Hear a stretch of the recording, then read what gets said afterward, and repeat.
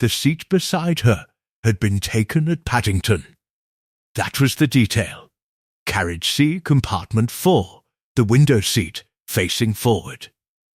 A small leather satchel had been placed there quite deliberately, not tucked overhead as luggage ought to be, but set squarely on the cushion as though reserving a place. 20 minutes later, a man had lifted it, sat down, and placed the satchel neatly on his own lap. He did not open it. He did not look inside it. He held it the entire journey with the practiced stillness of a man holding something that did not belong to him. Welcome to Marple Mysteries, where the English countryside keeps its secrets badly, and one elderly lady keeps hers rather well. Tonight's journey takes us aboard the 11:42 from London to Dilworth Halt, where a perfectly ordinary train carriage conceals something that is anything but. This is the murderer who sat beside Miss Marple.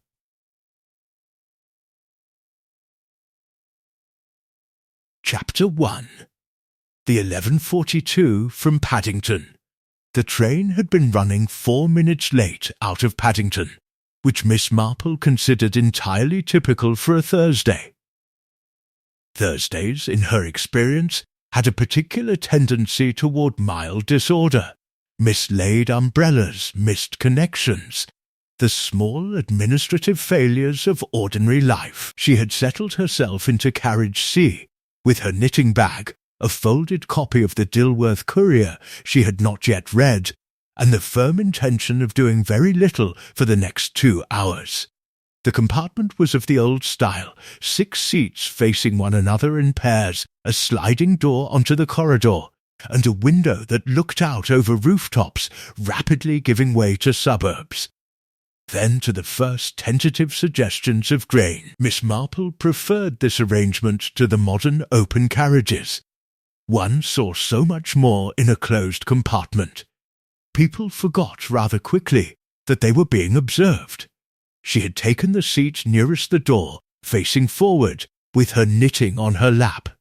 A young woman in a yellow coat occupied the far window seat and was reading a paperback with the concentrated frown of someone who is not enjoying it but intends to finish it regardless. A heavy-set man in a brown suit sat diagonally opposite, asleep almost immediately after the train moved, his chin descending to his chest with quiet resignation. And then there was the empty seat beside Miss Marple, the window seat facing forward, which had a small leather satchel placed upon it. No one had put it there. That is to say, no one in the compartment had put it there. Miss Marple had been the first to enter, and had watched each subsequent arrival. The satchel had already been present when she sat down, set squarely in the centre of the seat cushion, with the neatness of intention rather than the carelessness of forgotten luggage. It was dark brown, well worn at the corners, with a brass clasp that had been polished recently.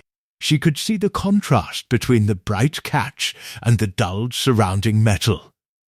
The kind of satchel a solicitor might carry, or a schoolmaster. Functional, anonymous. Miss Marple glanced at it once, noted it, and returned to her knitting. At Slough, a man got on. He was perhaps 50, lean in a careful way that suggested deliberate restraint rather than natural thinness, with grey at his temples, and the kind of unremarkable face one forgets between one glance and the next. He wore a charcoal overcoat, slightly damp at the shoulders from some earlier rain, and he carried nothing at all. No bag, no briefcase, no newspaper. He slid open the compartment door, assessed the available seats in a single sweep that was slightly too efficient to be casual, and sat down beside Miss Marple. He lifted the leather satchel from the seat before sitting. He did not examine it. He did not look inside it or check the clasp, or read any label. He simply lifted it, sat down, and placed it on his own lap, his hands resting on top of it with a stillness that had, Miss Marple thought, been practised. The young woman in the yellow coat did not look up from her paperback. The man in the brown suit did not wake. Outside, the outskirts of Slough gave way to open fields under a pale November sky. Miss Marple knitted. She was making a cardigan for her great-niece, a small involved pattern that required counting, and counting required just enough of the surface of her mind to leave the rest of it entirely free. She had found over many decades that this was the most useful arrangement possible. The hands occupied, the eyes apparently downcast, the mind doing precisely what it wished. The man beside her had not moved in 11 minutes. She knew because she had been counting stitches, and the rhythm was reliable. He breathed evenly. He did not shift his weight or cross his legs or look out the window, as passengers invariably did when they were merely thinking. He was not thinking. He was waiting. There was a difference, and Miss Marple had spent the better part of 81 years learning to identify it. At Didcot, a guard came through checking tickets. The man produced his from his breast pocket without looking. The movement of someone who had placed it there deliberately, not someone who had to search. A return ticket to Dilworth Holt, Miss Marple noted, the same destination as her own. The guard moved on. The satchel remained on the man's lap. Just before Swindon, the young woman in the yellow coat marked her page, tucked the paperback into her handbag, and said, without particular alarm, "Excuse me, I think that bag may be mine." She was looking at the satchel. The man turned to look at her. His expression did not change. "I don't think so," he said pleasantly. "It was on the seat," the young woman said. "I put it there when I came through from the dining car. I was gone perhaps 10 minutes. There was nothing on this seat when I sat down," the man said. This was, Miss Marple reflected, a very precise kind of lie. He had not said the seat was empty. He had said there was nothing on it, which was, in the most technical sense, true. He had removed the satchel before sitting. The distinction was fine enough that most people would not notice it, and broad enough to stand on. The young woman looked uncertain. The man in the brown suit stirred, blinked, and looked between them with the mild incomprehension of the recently woken. "I'm quite sure it's mine," the young woman said, with less certainty than her words implied. "Perhaps you left it in the dining car," the man suggested, not unkindly. A silence settled over the compartment. The young woman sat back, frowning at the satchel, with the expression of someone who was beginning to doubt her own memory. The man beside Miss Marple looked out the window. The fields continued. The train moved on. Miss Marple counted 6 stitches. Then she said, without looking up, "The clasp is monogrammed." I noticed when I sat down. The initials are EVH. A pause. "If that matches your initials," Miss Marple continued mildly, "then the question answers itself rather tidily." The young woman's name, as it would emerge, was Eleanor Vivian Hartwood. She opened the satchel with steady hands and began to look through it with the focused attention of someone taking inventory, not searching for something lost, but confirming whether something had been added. The man beside Miss Marple said nothing at all. Outside, the train curved through a long bend, and for a moment the engine was visible ahead, small and dark against the winter sky, pulling them all forward toward Dilworth Holt, where, though none of them knew it yet, A man had been dead since Tuesday morning, and no one had thought to mention it. The train arrived at Dilworth Halt at 13 minutes past 1, which was, considering the earlier delay, something of a recovery. Miss Marple gathered her knitting bag with the unhurried efficiency of a woman who has never in her life missed a connection, and stepped onto the platform without looking back at the man in the charcoal overcoat. She did not need to look back. She knew he had followed. Dilworth Halt was not, strictly speaking, a halt at all. It had a proper station building, a ticket office that opened on alternate mornings, and a hanging basket of winter pansies that someone tended with more devotion than the timetables deserved. The platform was short, the village visible beyond a low stone wall, and the air carried that particular quality of rural November, cold damp, faintly smoky, and not entirely unwelcoming. 3 people had disembarked from Carriage C. Miss Marple, the young woman Eleanor Hartwood, as she now knew her, and the man in the charcoal overcoat, whose name she did not yet know, and whose ticket she had noted was also a return. He intended to go back. That was worth remembering. Eleanor Hartwood walked quickly, the satchel now on her shoulder, its clasp refastened. She had not spoken again on the train after the matter of the initials. She had looked through the bag with systematic care, replaced everything, and sat for the remainder of the journey with the window on her left, and her hands folded on her lap, and her eyes directed outward in a way that was not, Miss Marple thought, the look of someone watching the landscape. It was the look of someone thinking very hard about something they had not yet decided to be frightened of. The man had got off one carriage behind them, or appeared to. Miss Marple had not watched directly. She had observed his reflection in the darkening glass as the train entered the brief tunnel before the station, and had noted that he stood before the train fully stopped, a small impatience that sat oddly with the controlled stillness he had maintained for the preceding hour. At the station exit, a young man in a wax jacket was waiting.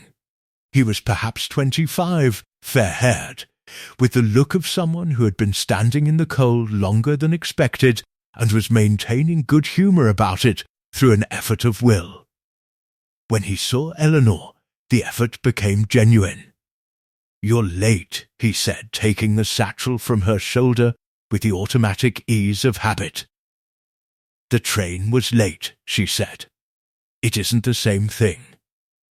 "Are you all right?" "Perfectly," she said, in the tone that means the opposite. And then, evidently catching herself, there was a small unpleasantness on the train. "Nothing important. I'll tell you later." They moved off together toward a blue motor car parked in the lane, the young man's hand at her elbow, her face turned slightly away. Miss Marple watched them without appearing to, and considered the word later. People who intended to discuss something said later. People who intended to avoid discussing something also said later.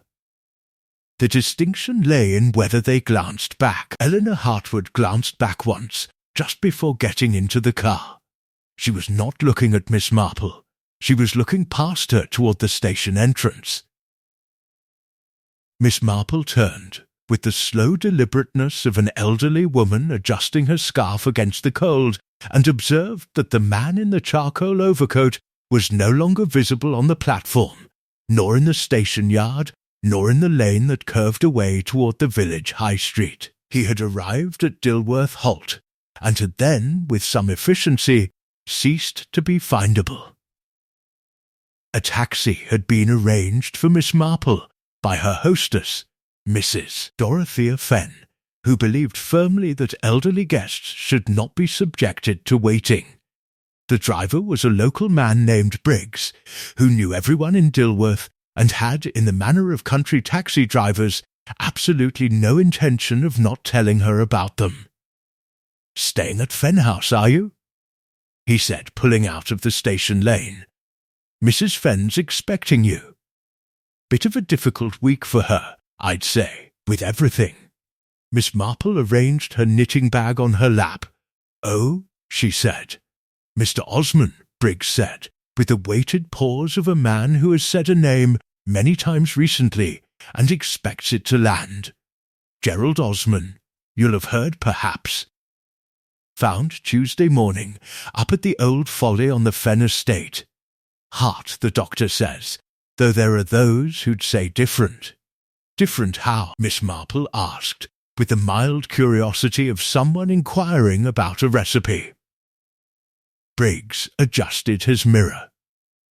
Well, he was 61 and healthy as a horse, was Gerald. Walked 5 miles every morning, didn't smoke, didn't drink to excess, and the folly is locked. Has been for 2 years since the roof went unstable. Nobody goes up there. The key is kept at Fen House. He paused. Was kept. They can't find it now. The village appeared around a bend, a high street of pale limestone, a church, a public house called the Harrow, a small green with a war memorial at its centre, ordinary, composed, the kind of English village that had been performing ordinariness for centuries with considerable skill. Who was Mr. Osmond? Miss Marple asked. Solicitor. Handled the Fen family affairs for 30 years, very trusted by all accounts. Another pause, more deliberate than the first. He was due to read a will on Wednesday. Mrs. Fenn's brother died in September. The reading was postponed, of course, given the circumstances. Of course, said Miss Marple. They pulled into a gravel drive between old yew hedges. Fen House rose at the end of it, Georgian, symmetrical, well-maintained but not expensively so. In an upstairs window, a figure stood looking out. Whoever it was did not move as the taxi approached. Miss Marple paid Briggs, thanked him with the warmth of someone who genuinely meant it, and stood for a moment on the gravel looking up at the house. The figure in the window was gone. Behind the house, just visible above the tree line, was a stone tower. The old folly.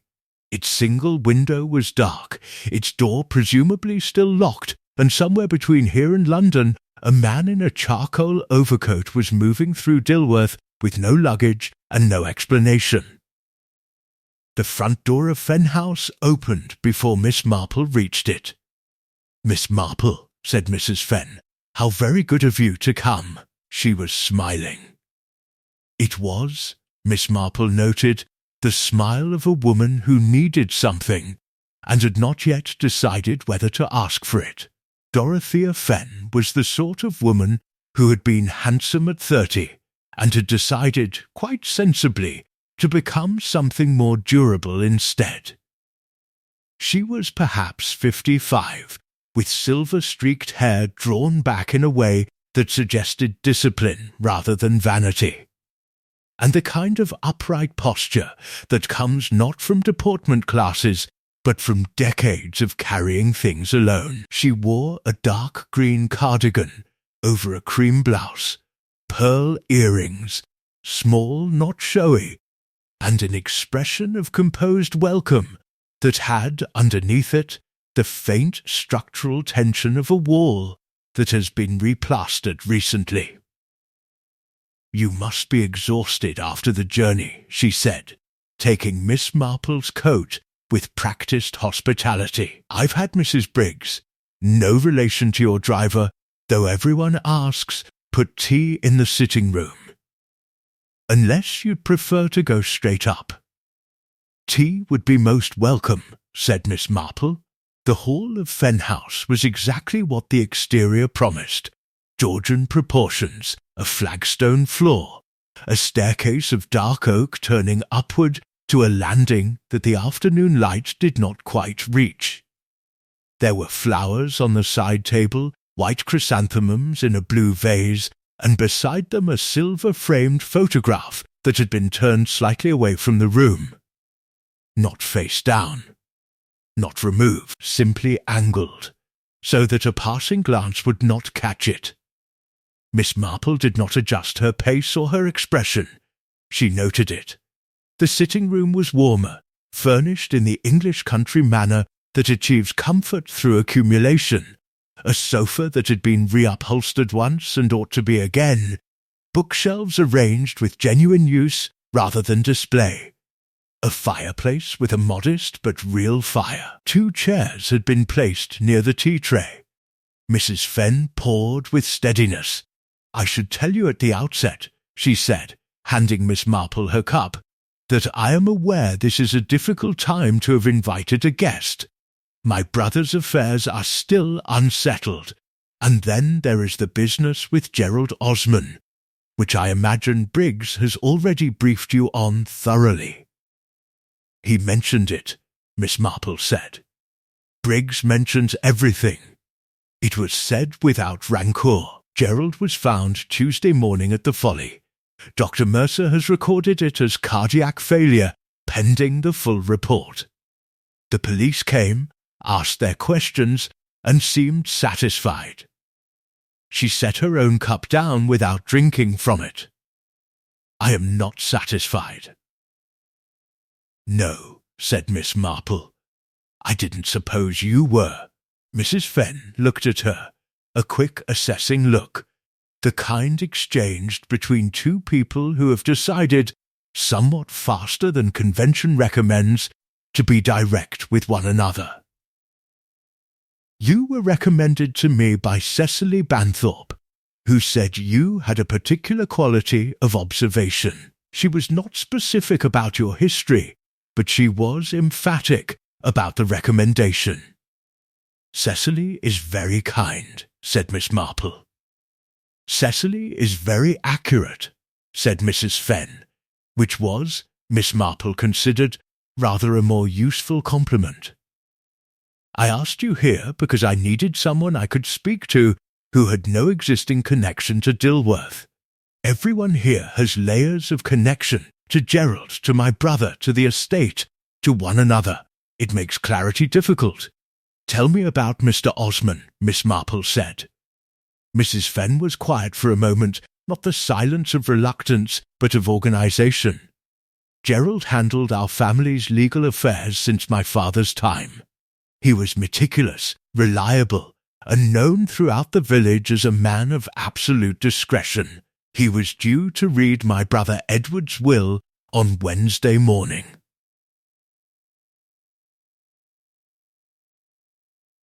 Edward died in September. A stroke. Very sudden. And Gerald had been managing the estate paperwork since then.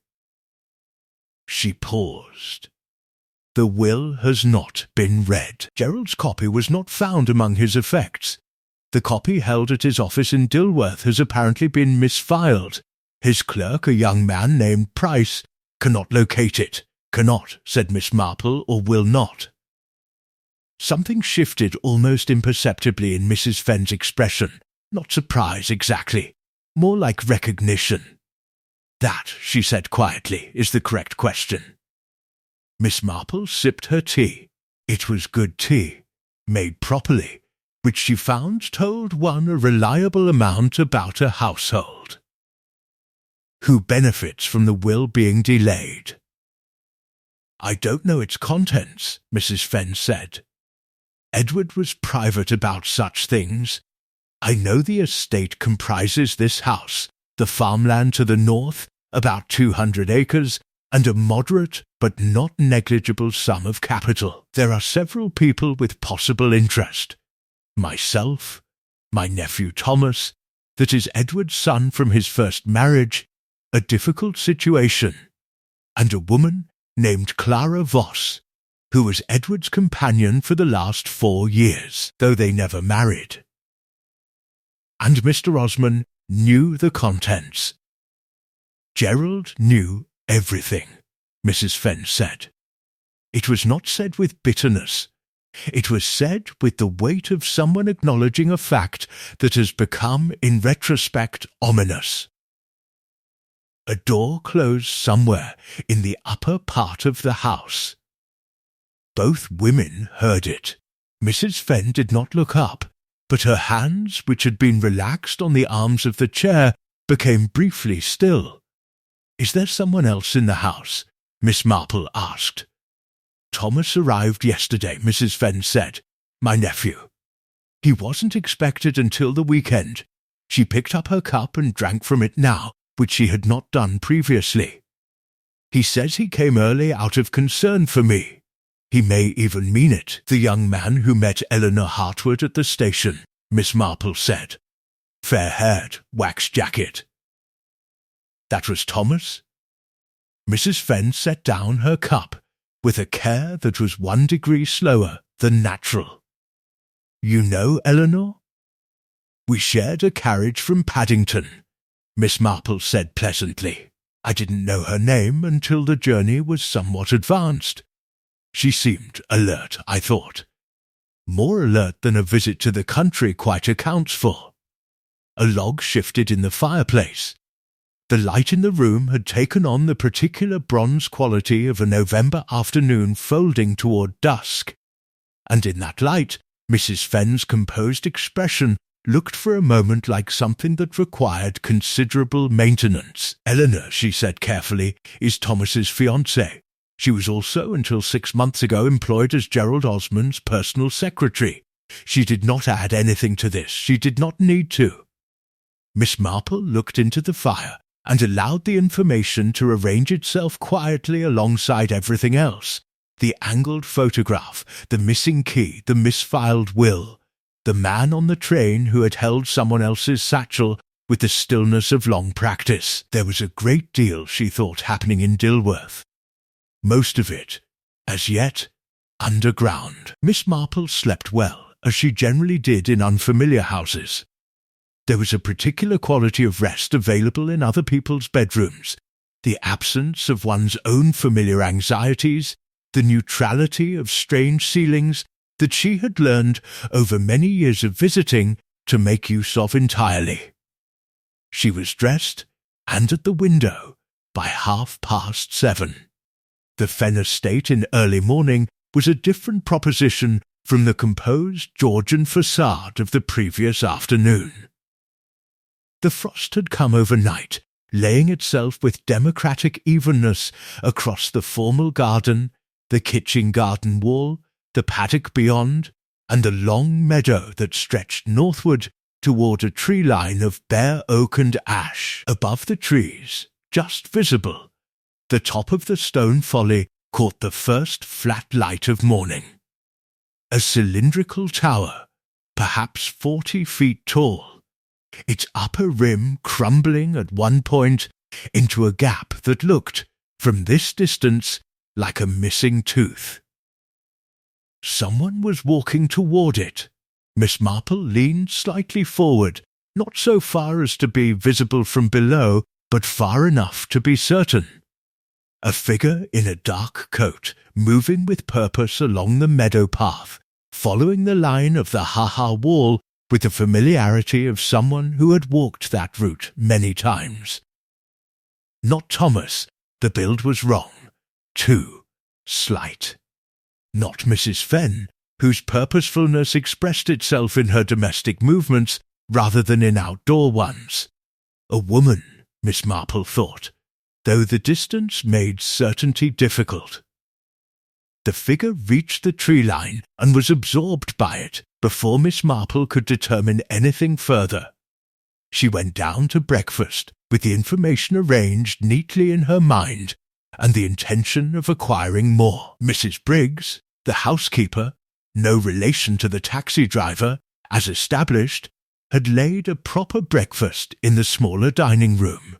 Eggs, toast, a pot of excellent coffee, and a pot of less excellent but more appreciated tea. Thomas Fenn was already at the table, eating with the concentrated focus of a young man who had either slept very well or not at all. He stood when Miss Marple entered, which she noted approvingly, and sat again when she was settled, which she noted as well. He was better looking than she had assessed from the station. The cold and the waiting had not flattered him. In the breakfast-room light he was clear-featured, with his aunt's quality of composure and, underneath it, something that composure was currently containing. He was perhaps 26 or 27. He poured her tea without being asked, which was either genuine attentiveness or the performance of it. "You'll want to see the Folly," he said without preamble. "Will I?" said Miss Marple. "Aunt Dorothea said you were here to help understand what happened to Gerald Osmond. The Folly is where he was found." He set down the teapot. "I can take you after breakfast, if you like. I have the key." Miss Marple spread marmalade on her toast. "I thought the key was missing." A brief pause, very brief but present. "There are 2 keys. The spare was in my uncle's study. I found it yesterday morning." He met her eyes steadily. "I told Aunt Dorothea." "Of course," said Miss Marple.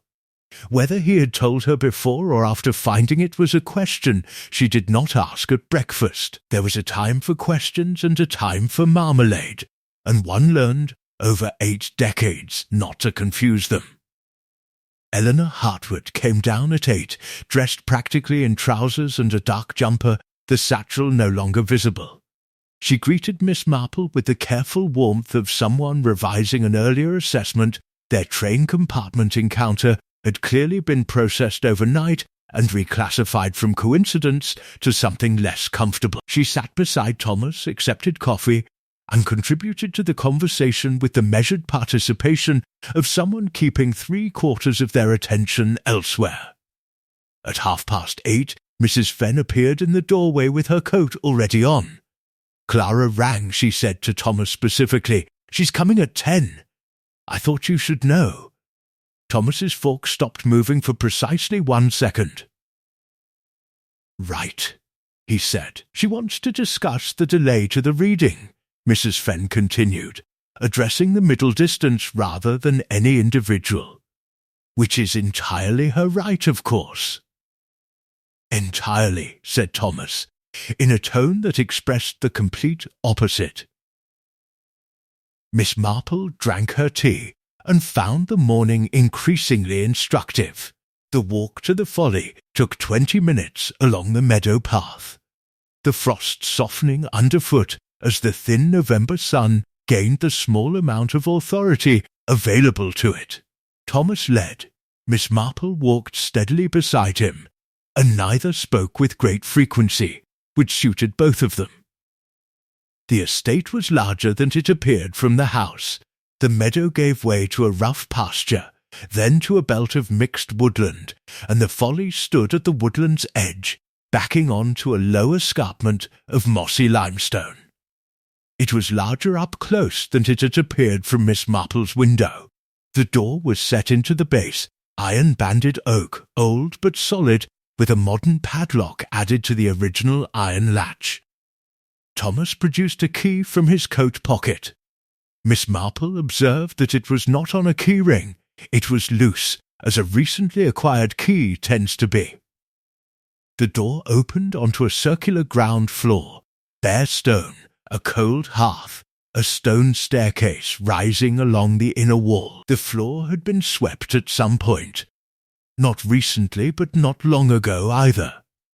And there, beside the dead fireplace, was a wooden chair, pulled to face the hearth. Perfectly ordinary, except that there was a second mark on the stone floor, the circular impression of a second chair, its position visible in the slight displacement of the dust. That chair had been removed.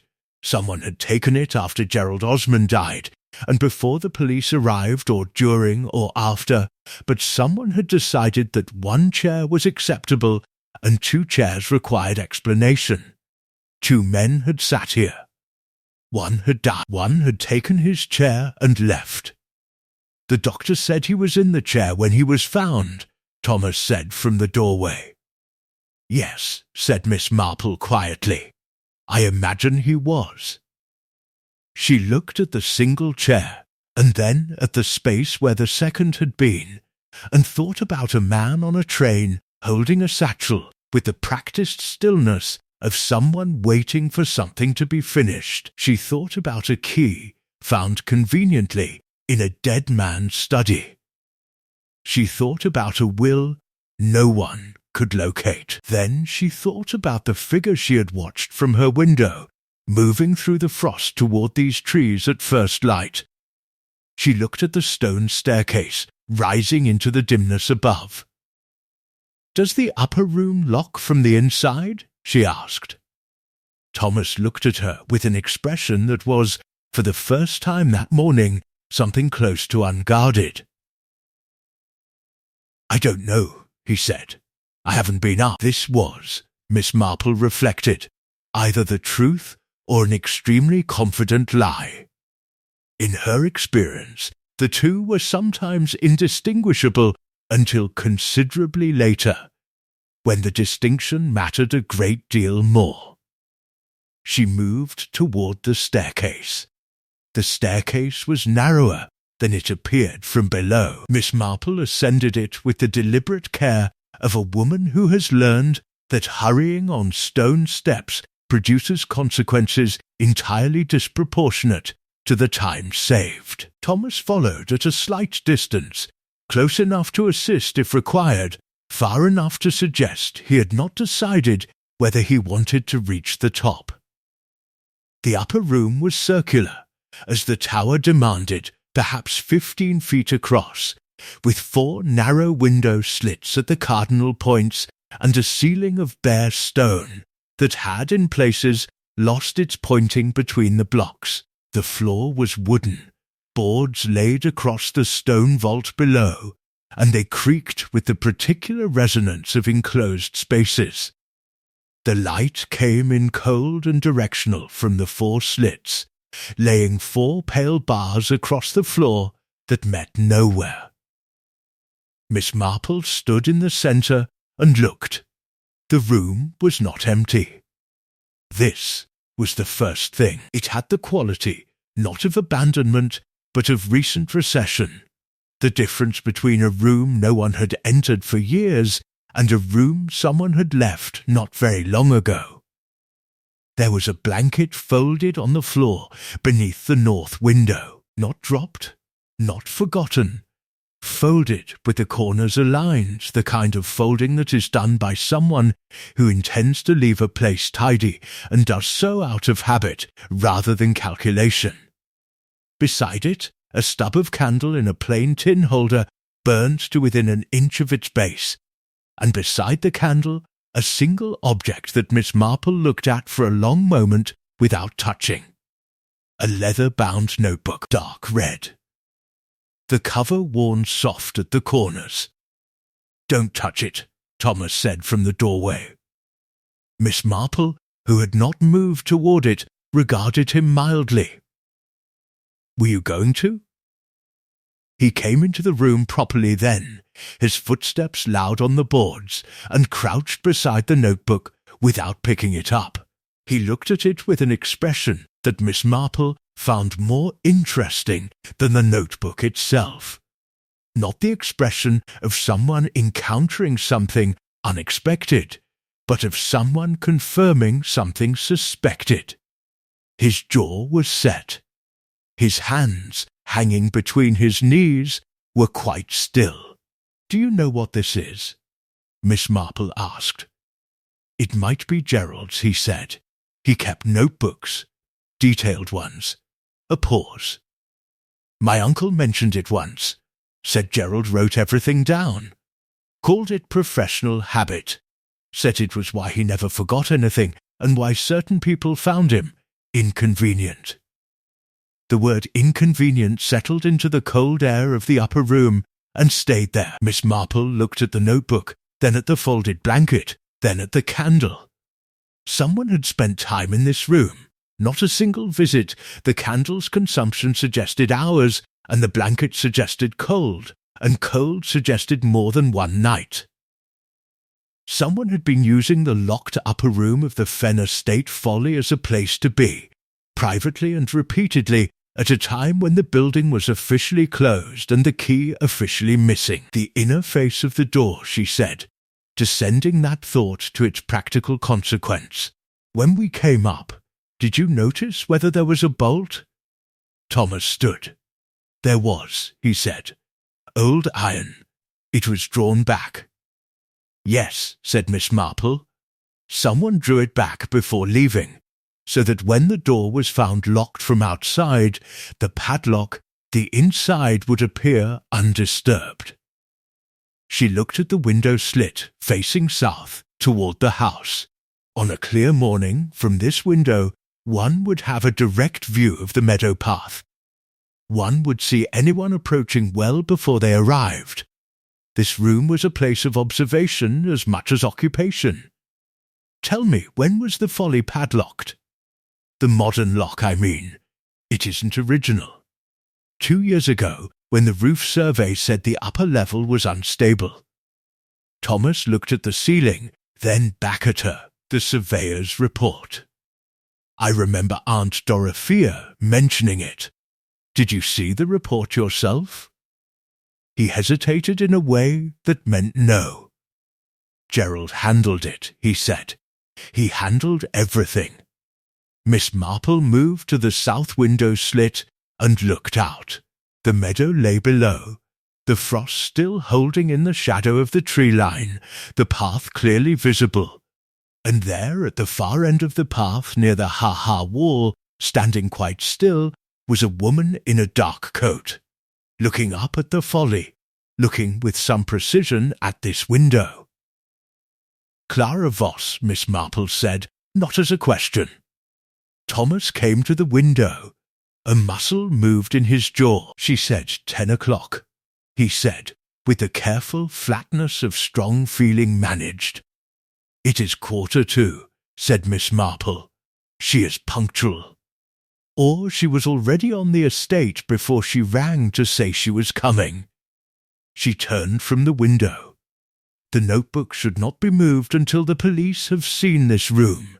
I think you must ring Inspector, whoever is handling the Osmond matter. Mercer recorded it as cardiac, Thomas said. The police consider it closed. Then, said Miss Marple pleasantly, someone will need to unconsider it. She moved to the staircase. At the threshold she paused, not looking back. One more thing. The figure I saw from my window this morning, walking toward the Folly before 7 o'clock. I had thought it was a woman. Slight build, dark coat. She left a space precisely long enough to be useful.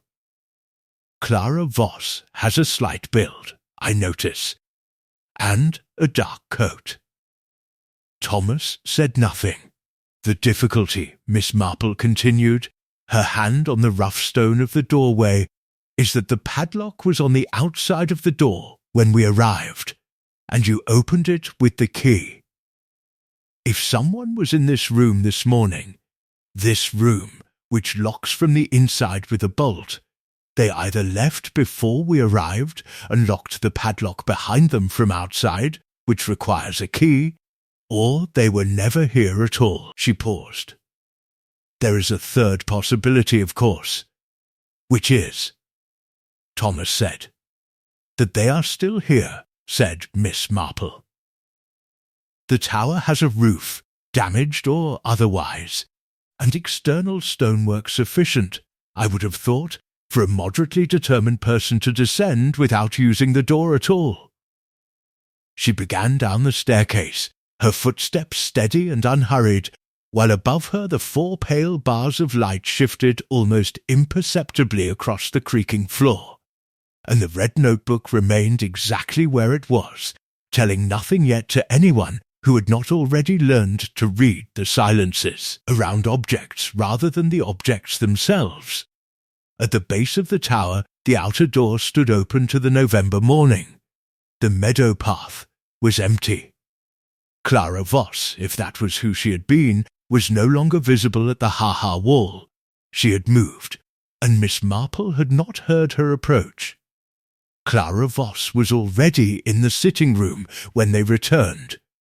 This was in itself a statement. Fen House had a front door with a bell and a housekeeper to answer it, and Mrs. Briggs was not the kind of woman who admitted guests to sitting-rooms without a word to the household. Yet there Clara Voss sat, in the chair nearest the fire, not the chair closest to the door, which a waiting guest naturally takes, but the one that required crossing the entire room to reach, with a cup of tea she had apparently acquired from somewhere, held in both hands. Warming them, she looked up when Miss Marple and Thomas entered, and her expression was the expression of someone who has arranged their expression in advance and is satisfied with the arrangement. "Thomas," she said. Then, with a fractional recalibration, "And you must be Mrs. Fenn's guest." "Miss Marple," said Miss Marple. "Clara Voss." She did not rise. This was not rudeness, or not entirely. It was the behaviour of a woman in a room she considered, on some level, her own. "I hope Dorothea doesn't mind." Mrs. Briggs let me in. "I come and go rather freely here, as I expect you know." "I didn't know," said Miss Marple, sitting down across from her with the unhurried ease of someone who has absolutely nowhere else to be. "But it's useful to." Thomas remained standing near the door in the manner of someone who has not decided whether to stay. Clara Voss did not look at him again, which was itself a form of attention, the deliberate maintenance of a particular angle, the kind that requires small constant adjustments. She was perhaps 45, handsome in a way that had weathered something and emerged more defined for it. Dark hair, very little grey, worn simply. Good bones, careful clothes, not expensive, but chosen. Her hands around the teacup were steady, and her eyes, when they settled on Miss Marple, had the quality of someone accustomed to being assessed and entirely comfortable returning the assessment. "I came about the will," she said, "to the room in general. I'm sure that's obvious." "You rang to say you were coming at 10, Thomas said from the door. "It's 10 to. I was in the village earlier than expected." She met his eyes for the first time, briefly. "I walked up through the meadow. The frost was still on the grass. I find the estate rather beautiful in November." A pause of perhaps 3 seconds. "I didn't go near the folly, if that's what you're wondering." Thomas said nothing. Miss Marple knitted nothing, having left her bag upstairs and compensated by being still in the particular way that serves the same purpose. Mrs. Fenn arrived then from the hallway, coat removed, composed, and the room rearranged itself around her entrance in the manner of rooms that have a clear centre of gravity. "Clara," she said, "you found your way in. Mrs. Briggs was very kind." Clara set down her cup. "I wanted to speak to you about the reading. It's been a week since Gerald died, and I've been told nothing. About the delay, about when it will be rescheduled, about who will handle it now that Gerald is gone." "These things take time," Mrs. Fenn said, sitting. "They take as much time as people allow them," Clara said. There was no sharpness in it. It was stated as fact, which was, Miss Marple considered, a more effective delivery than sharpness would have been. Edward and I were together for 4 years. I was with him when he had his first episode, I was with him through his illness, and I was with him at the end. Whatever his will says, I have the right to know what it says. No one is disputing that, Mrs. Fenn said. Then when? A silence of the functional variety settled over the room. Outside, a wood-pigeon made its repetitive, pointless argument to the garden. "Gerald's clerk is locating the office copy," Mrs. Fenn said. Once that is in hand, a new solicitor will be appointed. It is a matter of days, not weeks. Price, said Clara. The clerk. Have you spoken to him yourself? Not personally. I have, said Clara. Yesterday afternoon. He told me the file had been misfiled during a reorganization of the office following Gerald's death. She paused. He seemed nervous, more nervous than misfiling accounts for. Miss Marple looked at the fire. The log from last night had been replaced with fresh ones, and they were burning cleanly. Someone had been up early to lay the fire, or Mrs. Briggs had not slept, or the fire had never gone out. Small domestic facts accrued like sediment, and occasionally turned out to be load-bearing. Miss Marple, Clara said. The directness of it, no preamble, confirmed that Clara had already formed a view of who Miss Marple was and why she was present. You were on the train from Paddington yesterday. With Eleanor. We shared a compartment, Miss Marple agreed. Eleanor worked for Gerald for 3 years, Clara said. She knows his filing systems better than Price does. Better, I suspect, than Gerald did himself toward the end. She turned the teacup in her saucer with one precise rotation. I find it curious that she's here, at Fen House, at this particular moment. She's here because Thomas invited her. Mrs. Fen said. Thomas invited her this week, Clara said. He changed the arrangement on Monday. Gerald died on, or was found on, Tuesday. She let this sit without assistance. I'm not suggesting anything, I'm observing a sequence.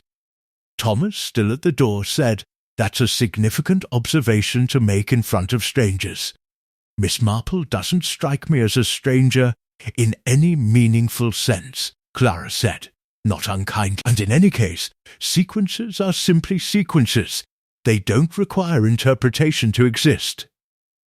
She stood, smoothing her coat with the finality of someone concluding a prepared performance. I'll expect to hear about the rescheduling by end of week. Please tell Price to stop being nervous and simply find the file. It will be in the archive drawer, under the estate reference, which is for 1987-003. She said the reference number with the ease of something long memorized. Good morning. She left without waiting to be accompanied out, which meant she knew the way, which meant she had left this house unaccompanied before, probably often. The room was quieter without her. The fire continued its clean burning. Thomas let out a breath that had been held, Miss Marple estimated, for approximately 4 minutes. She knew the filing reference, Miss Marple said mildly. Yes, said Thomas. Gerald's personal secretary for 3 years would know such things, Miss Marple said, as would someone who had seen the file itself. She picked up her tea, which had been poured in her absence by the efficient Mrs. Briggs. Eleanor, you said, left Gerald's employment 6 months ago. How did they part? Thomas looked at her. Badly, he said. Then, after a moment, I only know part of it. Tell me the part you know, said Miss Marple. We can find the rest later. Thomas sat down, finally in the chair Clara Voss had vacated. He did this without apparent awareness of the choice, which told Miss Marple something about the degree to which Clara Voss occupied his thinking. One does not sit in a person's recently warm chair without some unconscious relationship to their presence.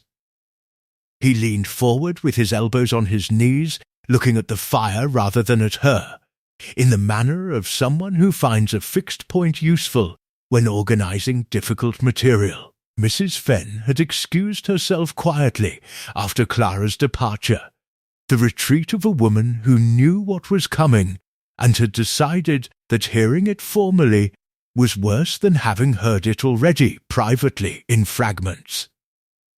The door was pulled to, but not closed.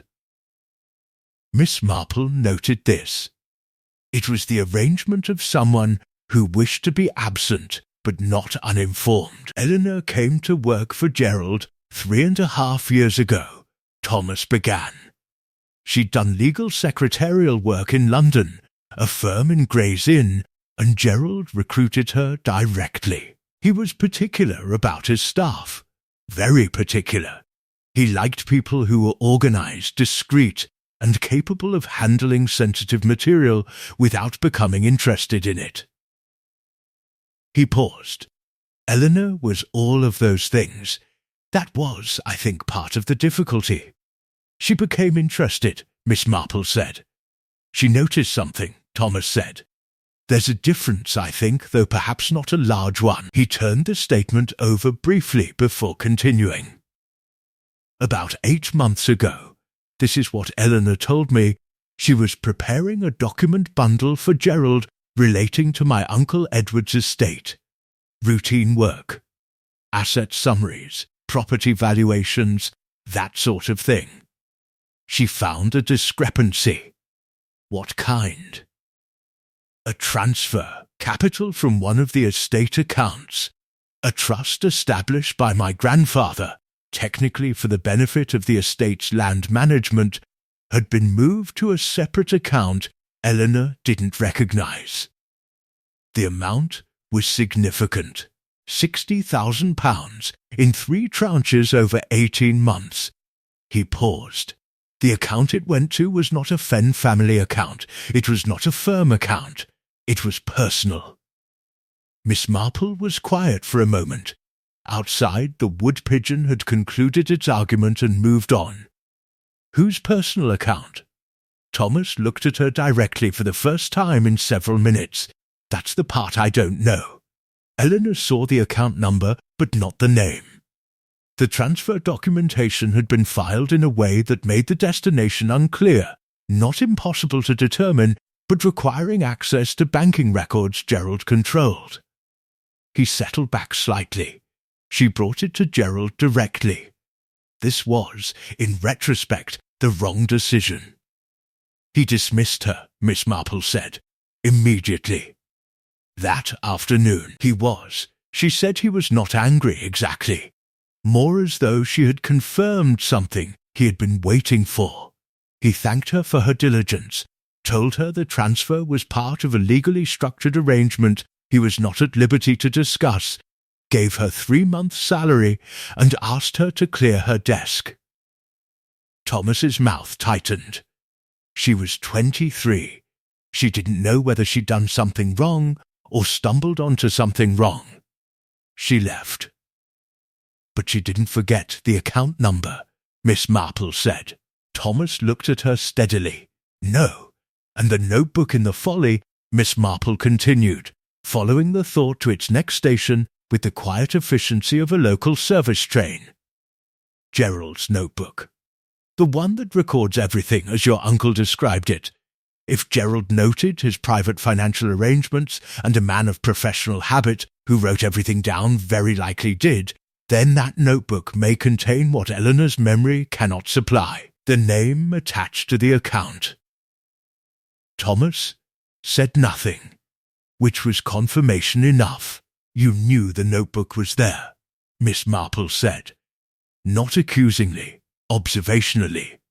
I suspected something was there, he said carefully. Eleanor told me about the folly that Gerald used to walk up to it on Sunday mornings before it was locked. She thought it odd, since it was always described as structurally unsound. When the padlock was added, she assumed he'd simply stopped. A pause. When Gerald died and I heard he'd been found there, I thought that what he went there for might still be there, Miss Marple said. Yes. And you came early, Monday, before Gerald died Tuesday, or was found Tuesday, to look. The correction mattered, and Thomas received it. I came Sunday evening, he said. I didn't find the spare key until Monday morning. By the time I got to the folly, He stopped. Miss Marple, waited. The padlock had been cut. He said quietly, "Not opened." Cut. Someone had been there before me with bolt cutters, and then replaced the hasp with the padlock you saw, a different padlock, new, to conceal that the original had been destroyed. He met her eyes. I found this and did nothing, which I am aware reflects poorly on me. I replaced the hasp myself with a padlock from the estate's maintenance shed. Then Gerald was found dead the following morning, and I froze. The fire made a small sound of settling. Somewhere above them, a floorboard spoke briefly and was silent. "The key you used this morning," Miss Marple said. "The spare from Edward's study. When did you actually find it?" Thomas had the grace not to hesitate. "Sunday evening. Before I went to the Folly." "So you visited the Folly Sunday night, found evidence of a prior break-in, replaced the padlock, said nothing, and then Gerald Osman was found dead there Tuesday morning."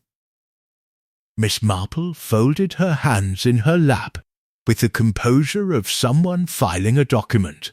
"The police examined the door. They noted it was padlocked. They didn't examine the hasp closely." His voice was steady but effortful. "The original cut hasp is in a bag in the boot of my car." This, Miss Marple thought, was either the behaviour of a guilty man carefully constructing a partial confession, or of a frightened young man who had made 3 consecutive poor decisions and was now, somewhat late, attempting competence. In her experience, these categories overlapped more than was comfortable. "What did Eleanor find when she searched the satchel on the train?" Miss Marple asked. Thomas looked up sharply. "She didn't tell me anything was wrong. She didn't need to," Miss Marple said. "She took inventory, as someone does when checking whether something has been removed, not added. The question is what she expected to find and didn't. She paused, or found that she didn't expect." Thomas was quiet for a long moment. From behind the not-quite-closed door came no sound at all, which meant Mrs. Fenn was being very careful, or had moved further away, or had heard enough. "She had a letter," Thomas said finally, "from Gerald. Posted to her London address 3 weeks ago. She never told me what was in it, only that he'd asked her to come to Dilworth, and that she should bring nothing valuable on the train." He looked at his hands. "I thought it was an apology. Now I'm not certain what it was." Miss Marple considered this. A solicitor, meticulous and private, writing to his former secretary 3 weeks before his death, asking her to come, warning her about the journey. Gerald Osman had known something was coming. He had, in his organized and private way, begun making arrangements for the possibility that he would not be there to finish them himself. The notebook in the upper room was beginning to feel less like evidence and more like a message. The decision to retrieve the notebook was made quietly, between Miss Marple and Thomas, without announcement to the household. This was, Miss Marple felt, the correct approach. A house in which one person knew the contents of a dead man's private notebook was a house with a specific kind of tension. A house in which several people knew of its existence and none knew its contents was a house with a different and more combustible kind entirely. They went after lunch, when Mrs. Fenn was occupied with correspondence, and Eleanor had taken herself to the village on an errand she described as minor and did not elaborate upon. Miss Marple had watched Eleanor leave from the sitting-room window, the satchel over her shoulder, her pace deliberate but not hurried, taking the lane toward the village high street rather than the meadow path, and had thought about a letter from a dead solicitor that had not been explained, and about the particular quality of Eleanor's silence whenever Gerald Osmond's name was introduced into a room. The Folly in afternoon light was less atmospheric than it had been at morning, but more revealing. The low sun entered the ground floor through the open door at a useful angle, and Miss Marple paused there for a moment, looking at the floor with the careful attention she had not fully applied on the first visit. Thomas waited without prompting her, which she continued to find to his credit. There were footprints in the dust. This was unremarkable. She and Thomas had been here that morning, and the police before them, and whoever had occupied the upper room before that. But at the base of the staircase, there was a partial print that did not match the morning's traffic. Smaller than Thomas's boot, larger than Miss Marple's own, a woman's shoe, or a slight man's, the outer edge and part of the toe, as though someone had stood at the staircase's foot and then stepped back rather than ascending. Someone had come into the ground floor this morning after she and Thomas had left, had stood at the bottom of the stairs, had not gone up, or had gone up by the time this print was made and was coming back down. Miss Marple filed this without remark and followed Thomas up the staircase. The upper room was as they had left it. The blanket, the candle, and the notebook in its position beside the north window. Thomas produced a handkerchief and used it to lift the notebook, which was the correct instinct, though Miss Marple suspected the time for fingerprints had passed considerably. He held it out to her. She took it with her own handkerchief and opened it to the first page. Gerald Osmond's handwriting was what she had expected from his professional reputation, small, even, and almost entirely legible. The hand of a man who wrote to be reread rather than to impress. The notebook began 18 months ago, in March of the previous year, and the first entry was a date, a reference number, and 4 words that Miss Marple read twice. Transfer confirmed. EV account. She turned the page. The entries that followed were not a diary in any personal sense. There were no feelings recorded, no observations of weather or society, none of the texture of ordinary life. They were notes in the manner of a professional addendum, the kind a careful solicitor makes when he knows that what he is recording exists outside the formal file and wishes to establish, for someone eventually, that he knew it, and when. Dates, amounts, initials, the occasional phrase that clarified without naming. Second tranche, 20,000. Instruction verbal, no written authorization. My error, queried by E.H. handled. Miss Marple paused on this entry, E.H. Eleanor Hartwood. Queried and handled. The word had the weight of something that had cost Gerald something to write. He had dismissed a young woman for asking a legitimate question, and he had recorded it, and the word he chose was handled. A man with a conscience writing about a moment when he had not used it. She turned further. Document prepared per instruction. Terms as discussed. EVH beneficiary, conditional. Condition survivorship of E.F. Miss Marple read this entry 3 times. Then she looked at Thomas, who was watching her with the controlled expression of someone trying not to interpret her expression before she offered it. E.F., she said. Your uncle, Edward Fenn. Yes, Thomas said. EVH. She let the initials settle between them. Eleanor Vivienne Hartwood. Thomas's expression underwent a change that was small in its external dimensions and considerable in its internal ones. That can't, he began, and stopped.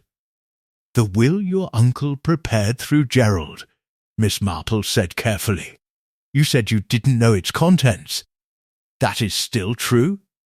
Yes, he said, and she believed him, because disbelief takes a particular form, and what she was seeing was something rawer.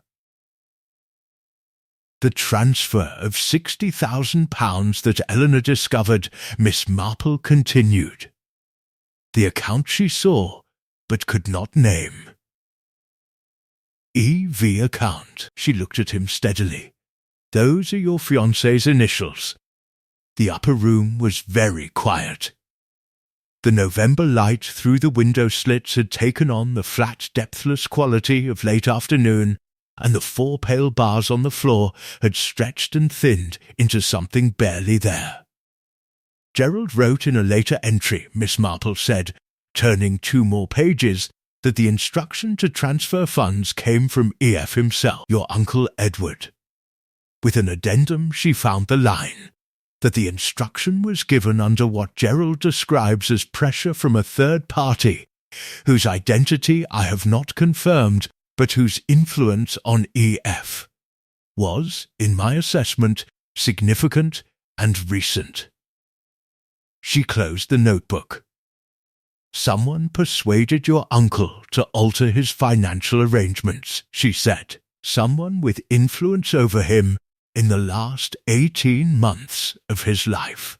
Gerald suspected this, recorded it, and said nothing publicly, which suggests he was either complicit in some portion of it or afraid of the person involved, or both. She set the notebook on the blanket, open at the relevant pages. He wrote to Eleanor 3 weeks ago. He asked her to come to Dilworth. He warned her about the journey. She looked at Thomas. What if the letter was not an apology? What if it was a warning about what she stood to receive, and from whom someone wished to prevent her receiving it? Thomas sat down on the floor beside the blanket with the controlled collapse of someone whose legs have made a decision independently. He looked at the notebook and said nothing for a long moment. Then, the man on the train. The one who took her satchel.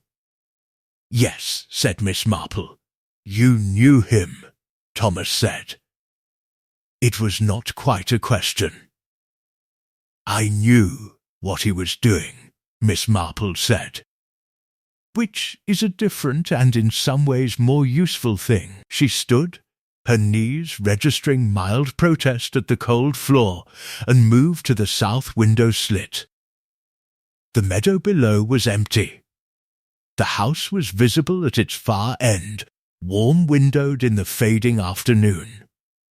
The satchel contained Gerald's letter. Someone wanted to read it, or remove it, before Eleanor reached Dilworth. She paused. Someone who knew she was coming, knew which train she was on, and had the capability to place a person in that carriage. Did they get it? Thomas asked. The letter? Miss Marple considered the inventory Eleanor had taken, the careful, systematic check of a woman confirming contents, the relief, small, controlled, but present, when she had refastened the clasp. No, she said, Eleanor is not without resource. I suspect she anticipated the possibility and took a precaution. She turned from the window. The question now is not what Gerald knew. The notebook tells us that. The question is who, in the last 18 months, had sufficient influence over a 60-year-old widower to redirect £60,000, reshape his will, and then ensure that the solicitor who knew about it could not inconveniently testify to any of it. Thomas looked up at her. And where that person is, Miss Marple added right now. From below, somewhere in the ground floor of the Folly, came a sound. Not loud, a single deliberate footstep on the stone, then silence. Then the soft, unmistakable protest of the iron-banded door being drawn very carefully, very quietly, closed. Thomas was on his feet before the echo of the door had finished. Miss Marple put out a hand, not to restrain him exactly, but to introduce a pause between impulse and action, which is sometimes the most useful thing one person can do for another. Quietly, she said. He absorbed this and moved to the staircase with considerably more control than his first instinct had suggested. Miss Marple followed, one hand on the inner wall, descending with the steady, unhurried pace that was, in her experience, always faster than it appeared. The ground floor was empty. The door was closed as the sound had indicated, and the quality of light in the room had changed accordingly, reduced to what came through the single narrow vent above the hearth, and the gap beneath the door itself. That gap admitted a thin line of pale afternoon, and more usefully, confirmed that the door had been pulled to from outside.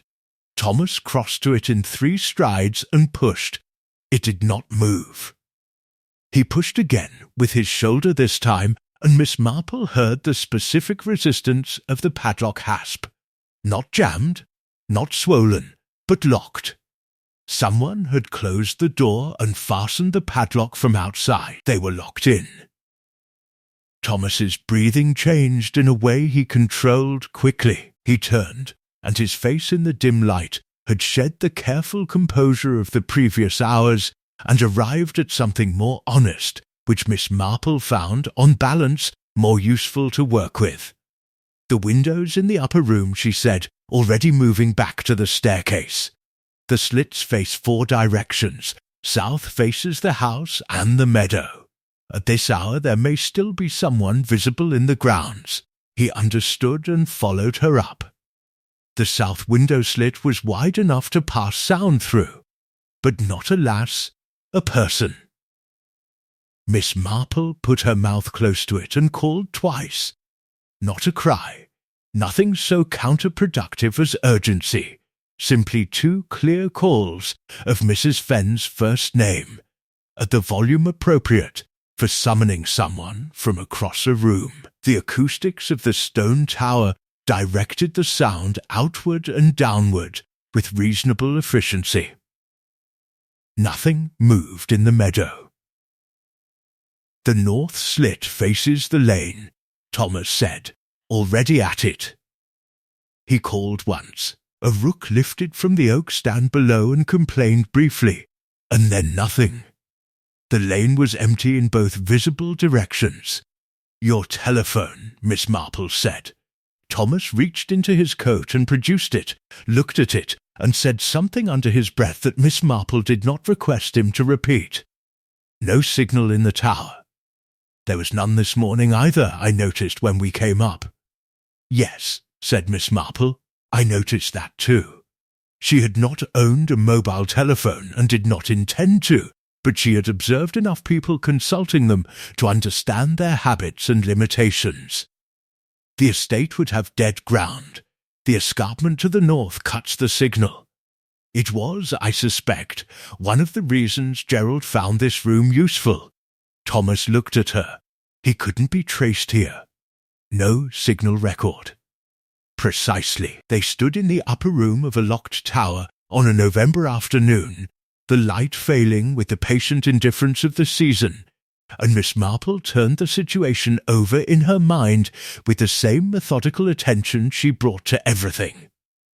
Someone had followed them to the folly, had waited below with sufficient patience for them to become occupied upstairs, had then closed and locked the door and departed.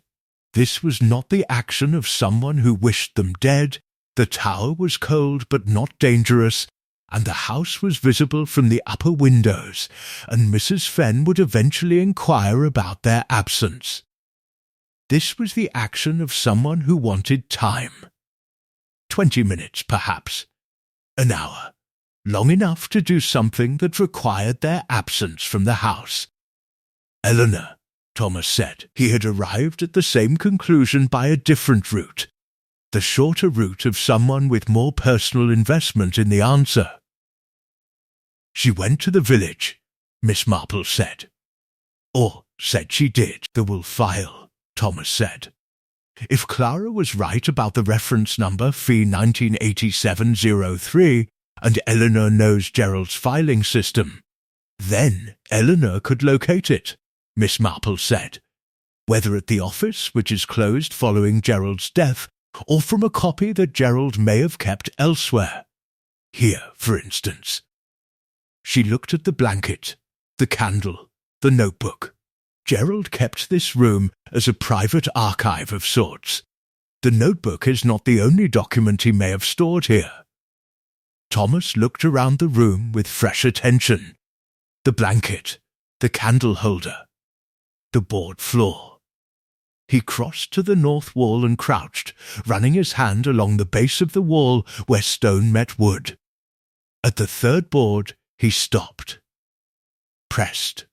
The board gave fractionally, not rotted, not loose, but hinged on one side, with the deliberate engineering of something made to appear accidental.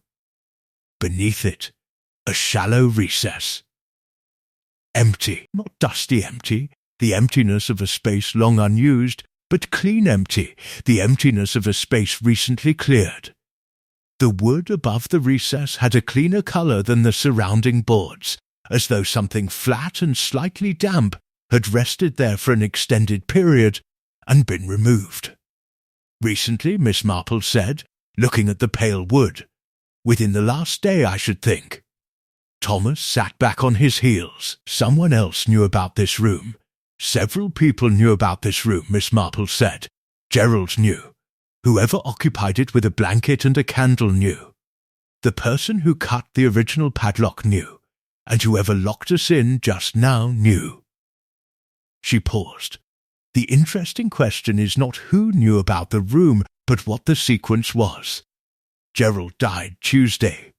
You arrived Sunday and found the padlock cut, which means someone accessed this room before Sunday, possibly before Gerald died, possibly concurrent with his dying. She moved to the south window again and looked out at the house, now fully lit in the early dark. In the sitting-room window, a figure was visible, the silhouette of someone standing looking out. Or perhaps Gerald did not come here alone on the night he died. Perhaps whoever sat in the second chair took more than the chair when they left. Thomas stood. The recess was emptied before we came this morning. Yes, which means someone who knew of the recess's existence was here either last night or before dawn today.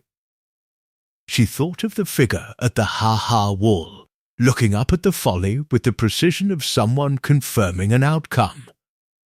Clara Voss, she said, knew Gerald's filing reference number for the Fen estate documents. She recited it from memory. This is notable. A solicitor's companion of 4 years would have cause to know many things, but a client reference number is specific. It suggests either access to the files or someone who told her. Gerald told her? Or Edward did, Miss Marple said. Or she read it herself, at some point when the opportunity was available. She looked at the empty recess. The question is whether what was stored here was the will itself, a copy Gerald made outside the formal record, for reasons the notebook begins to suggest, or something more dangerous than a will. From below, clearly and without ambiguity, came the sound of the padlock being released. The door opened. Footsteps on stone, and then Eleanor Hartwood's voice, travelling up the staircase with the slight echo of the tower. Thomas? A pause. Miss Marple? She appeared at the top of the staircase, slightly breathless, her coat damp at the shoulders from the evening air. She was carrying the satchel, and her face had the particular arrangement of someone who has found what they were looking for and is not yet certain what it means. In her other hand was a small key. Not the estate key Thomas carried. Smaller. Brass. With a label attached in Gerald Osmond's small, even handwriting. She looked at the empty recess in the floor and then at Miss Marple, and something in her expression confirmed what Miss Marple had already begun to understand. He sent me the key, Eleanor said. In the letter. I didn't know what it opened until just now. She looked at Thomas, and the look had the quality of someone delivering news they have been carrying too long. He sent me a copy of the will as well. I've had it since Tuesday. I didn't know if I should. She stopped. there's a second beneficiary, one that nobody here seems to know about. The sitting room at Fen House had not been arranged for a gathering, but it became one nonetheless. Mrs. Fen sat in her usual chair by the fire, her posture carrying the particular rigidity of a woman who has decided that stillness is the most dignified available response to whatever is coming. Thomas sat on the sofa, Eleanor beside him but not close, the distance between them having the quality of something recently adjusted. Clara Voss, who had been telephoned by Miss Marple with a directness that had apparently not permitted refusal, occupied the chair nearest the door. Miss Marple sat centrally, with her knitting bag finely retrieved from upstairs, though the knitting remained inside it. She found the bag's presence useful regardless. It occupied the hands in imagination, if not in fact. Inspector Graves had arrived 30 minutes earlier, a lean, patient man from the county constabulary who had the professional manner of someone who has learned that appearing unhurried produces more information than appearing urgent. He stood near the window. He had said very little so far, and had listened to a great deal, which Miss Marple considered the correct allocation. Eleanor placed a copy of the will on the low table at the room's centre. It was 4 pages, handwritten in Gerald Osmond's precise script, signed and witnessed.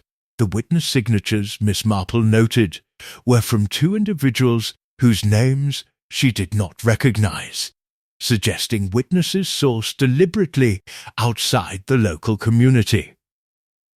Gerald had been thorough to the end. The primary provisions, Eleanor said, with the steady voice of someone who has rehearsed this, leave Fen House and the northern farmland to Mrs. Fen for her lifetime, reverting to the estate thereafter. The capital is divided 30% to Thomas as Edward's son, 20% to a charitable trust Edward established in his first wife's name. She paused. The remaining 50%, and the management rights to the estate following Mrs. Fenn's lifetime tenancy, are left to a person named as Daniel Voss. The fire made no comment.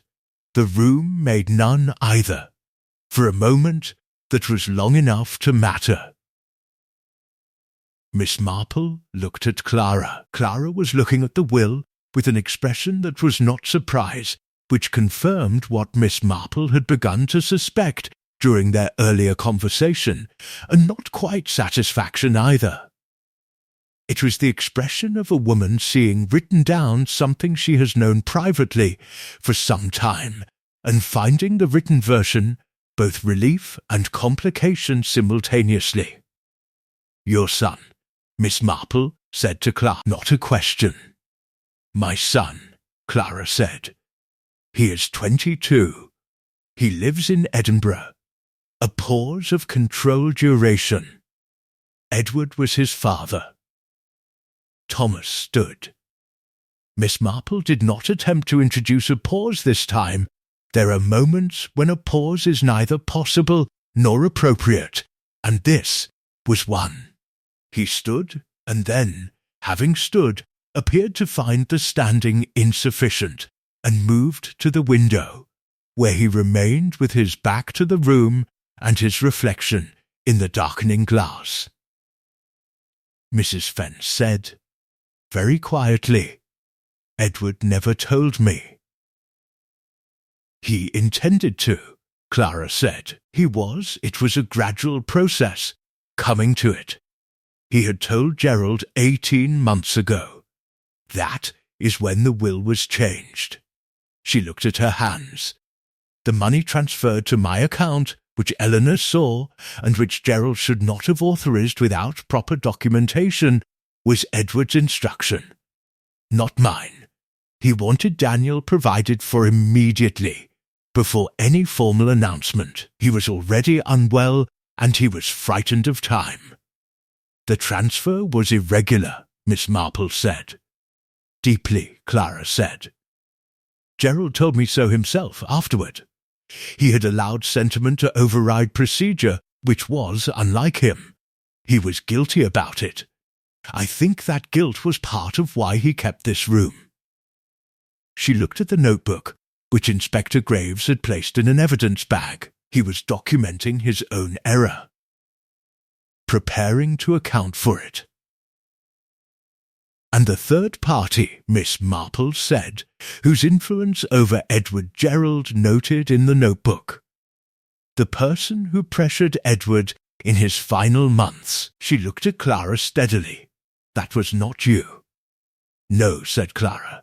Something moved briefly in her face, not grief exactly, but its more complicated relative.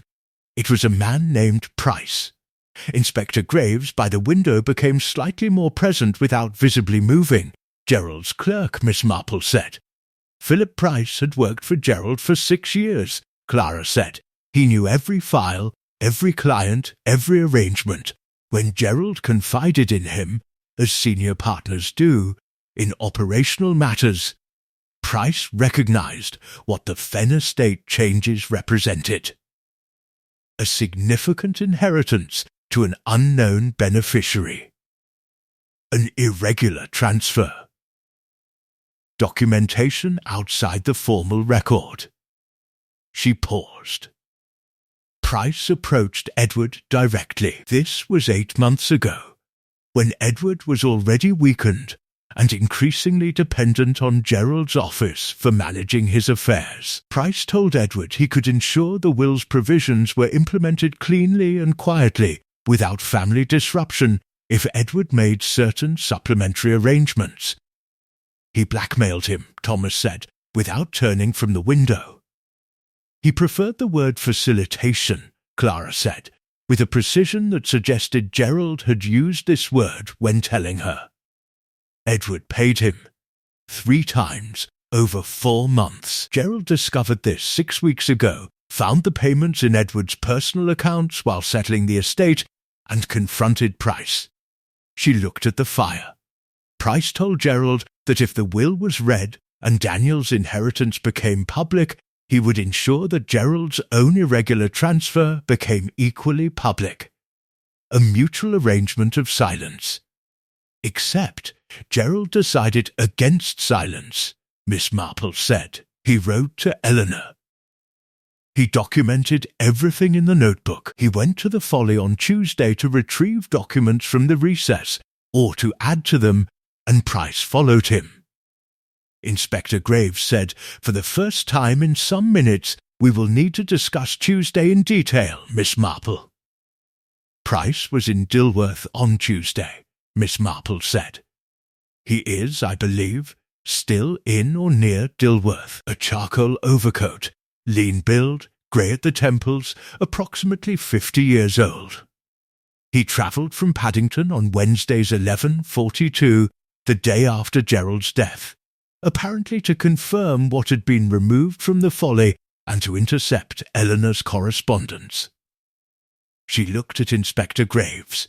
He is competent, careful, and currently believes his position is more secure than it is. That belief may make him findable. Inspector Graves made a note. Gerald's death, Thomas said, still at the window. Was it Price? The room waited. The notebook records that Gerald had a heart condition, Miss Marple said carefully. Diagnosed 14 months ago. Not widely known. Gerald was, as established, private. Price would have known, as a trusted clerk. She paused. A man of 61 with a diagnosed cardiac condition, alone in a cold stone tower at night, confronted with the end of a blackmail arrangement he had decided to resist. The medical outcome is not impossible without assistance. Whether assistance was provided is a question for the post-mortem, which I understand is still technically pending. Inspector Graves looked at her with the expression of a man recalibrating several things simultaneously. It is, he said. I'll be making a call shortly. Clara stood, smoothing her coat with the same composed finality as that morning, but without its performance. This was the real version. Quieter, more worn. "Daniel doesn't know about any of this," she said. "He knows Edward was his father. He doesn't know about the will, or the money, or any of it." She looked at Mrs. Fenn, who had not spoken in some time. "I am sorry, Dorothea, for the manner of it. Not for Daniel. Never for Daniel." Mrs. Fenn looked at her for a long moment. "He would have been Edward's son regardless of the manner," she said finally. "It was not forgiveness exactly. It was the beginning of the consideration of it, which is sometimes more honest than the thing itself." Thomas turned from the window. His face had the quality of a man who has set something down that he carried in without knowing he was carrying it. He looked at Eleanor, who met his eyes with the directness of someone who has been waiting to be looked at honestly for several days. "The letter," he said. "Gerald's letter to you." "He told me about Daniel," Eleanor said. "He said I deserved to know why he'd dismissed me, that I had found something real, and he had handled it wrongly." She looked at the will on the table. "He said he wanted someone to know the whole truth before the reading, in case she stopped. "He said in case anything prevented him. I thought it was an old man being dramatic." Her voice did not break, but it arrived close enough to the border to acknowledge the territory. It wasn't. Miss Marple picked up her knitting bag.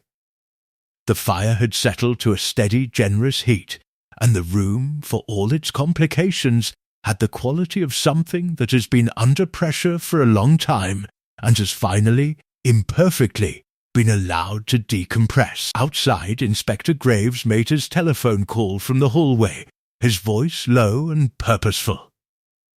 Somewhere in Dilworth village or on a road leading out of it, a man in a charcoal overcoat was making calculations that no longer accounted for a notebook, a copy of a will, or a small elderly woman who had observed him on a train and had not, for a single moment since, stopped thinking about.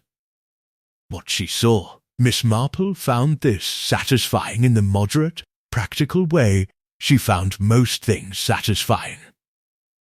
Not triumph, simply the return of a set of facts to their correct and visible positions, like furniture moved back after a party, ordinary, necessary, and somewhat overdue. She accepted the cup of tea Mrs. Briggs silently offered, and drank it while it was still hot. Chapter 11. The last train from Dilworth. Philip Price was arrested at 20 minutes past 8 that evening in the public bar of the Harrow Inn on Dilworth's High Street, where he had been sitting since 6 o'clock with a half-consumed pint of bitter and the particular stillness of a man. Who has decided that moving will draw more attention than remaining? Inspector Graves' sergeant found him on the first attempt, which suggested that Price's confidence in his own invisibility had by the end exceeded its reasonable limit. Miss Marple heard this from Inspector Graves himself, who returned to Fenhouse at 9 to take formal statements and stayed long enough to drink 1 cup of Mrs. Briggs's tea and confirm, in the measured language of a careful policeman, that the county pathologist had found the post-mortem inconclusive on the question of natural death versus induced cardiac event, and that this inconclusiveness was, in the present circumstances, sufficient to hold Price on. Suspicion whilst the investigation was properly reopened. It was not a conviction.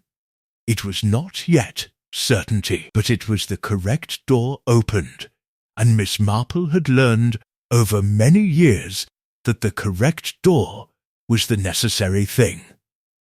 What lay beyond it was the business of courts and evidence and the patient machinery of law, none of which required her further participation. She went to bed at 10:30 and slept without difficulty. In the morning, Fen House had the quality of a room after a window has been opened, the same furniture, the same proportions, but the air changed.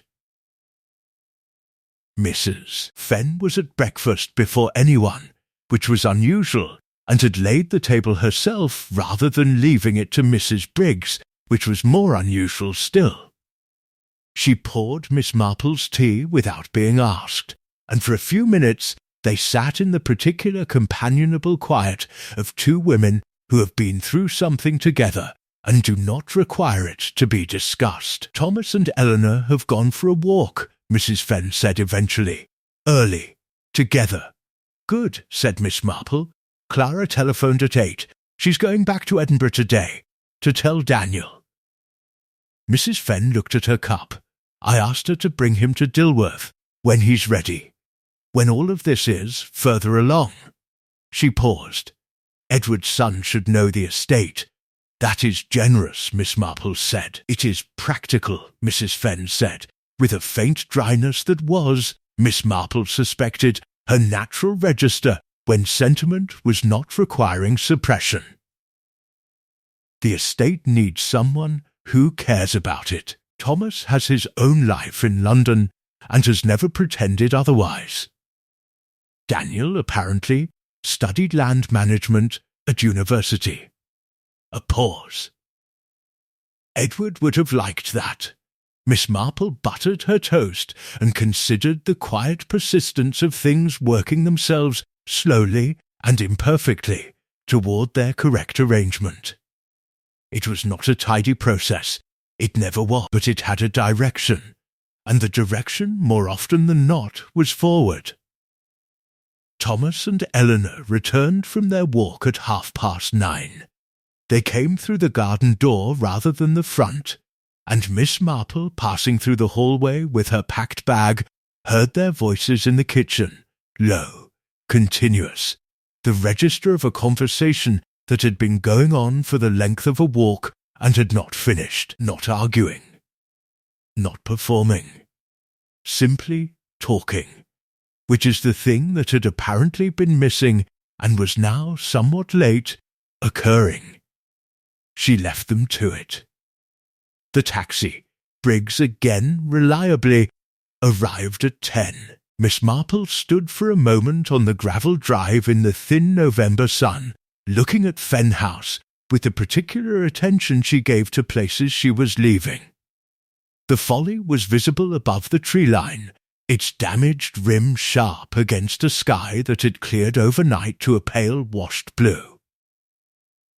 The meadow was bright, with frost still in the shade of the ha-ha wall. A wood-pigeon made its argument from somewhere in the yews. Mrs. Fen came to the door to see her off. Thomas and Eleanor appeared behind her, Eleanor with her coat half on, Thomas carrying Miss Marple's bag to the taxi, with the straightforward usefulness of a young man who has, overnight, shed a complicating layer of guilt and found something more functional underneath. "You'll let me know," Miss Marple said to Mrs. Fen, "how things progress. With Price. With Daniel." "I will," said Mrs. Fen. She took Miss Marple's hand briefly, with both of hers. "Cecily said you had a particular quality of observation. She was, as I said, accurate. Cecily is a good judge," Miss Marple said, "of most things." She got into the taxi. Briggs pulled out of the gravel drive with the satisfied air of a man who had conveyed a guest of interest and expected the return journey to be productive. He was not wrong. "Price, then," he said, before they had reached the lane's end. "Arrested last night. The whole village knows by now, of course. "Of course," said Miss Marple. "Worked for Gerald 20 years, some say. Others say 6. No one quite agrees." He adjusted his mirror. Gerald was a private man. "People are surprised, I think, to find there was so much happening that they didn't know about." "People are generally surprised by that," Miss Marple said, "though they needn't be. The visible portion of any life is quite small. The rest is conducted in upper rooms and railway carriages and letters that take 3 weeks to arrive." Briggs considered this with the respect of a man encountering a thought he intends to repeat. "You'll come back to Dilworth, perhaps." "Perhaps," said Miss Marple, which meant probably not, though she had been wrong about such things before. The station appeared around the familiar bend. The winter pansies in the hanging basket had been watered that morning. She noticed this, as she noticed most things, without particular effort. The 11:42 to Paddington was listed on the small board as running 3 minutes late, which was an improvement on Thursday and entirely typical of a Friday. Miss Marple purchased her ticket, found carriage C, and settled into the window seat facing forward, with her knitting bag on her lap and the Dilworth Courier, which she had still not read, folded beside her. The compartment was empty for the moment, which was peaceful, and would not remain empty for long, which was more interesting. The train moved. Behind her, Dilworth Holt contracted, and then disappeared behind a curve of track and a stand of bare winter trees, and ahead the countryside opened into the broad pale landscape of a November morning moving toward afternoon, and Miss Marple looked at it with the expression she brought to most. Things attentive, unhurried, and entirely ready for whatever came next. Her needles began to move. The pattern required counting. She counted, and she watched, and the train carried her home.